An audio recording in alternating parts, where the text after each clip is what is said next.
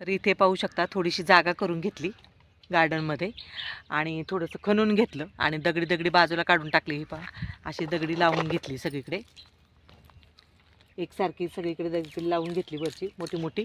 आणि आपल्याला इथे आता मेथी टाकायची आहे आणि इथे राख घेतलेली आहे पाहू शकता. आता ही राख इथे सर्वकडे टाकून घेणार आहे. राख टाकल्याच्या नंतर ही राख आपण आता थोडीशी खुरप्याने ढवळून घेऊया.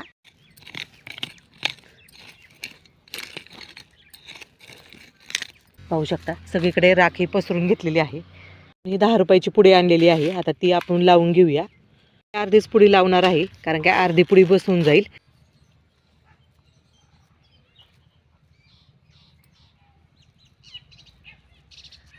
आता सर्व बियाणे आपले इथे टाकून झालेले आहेत पाहू शकता.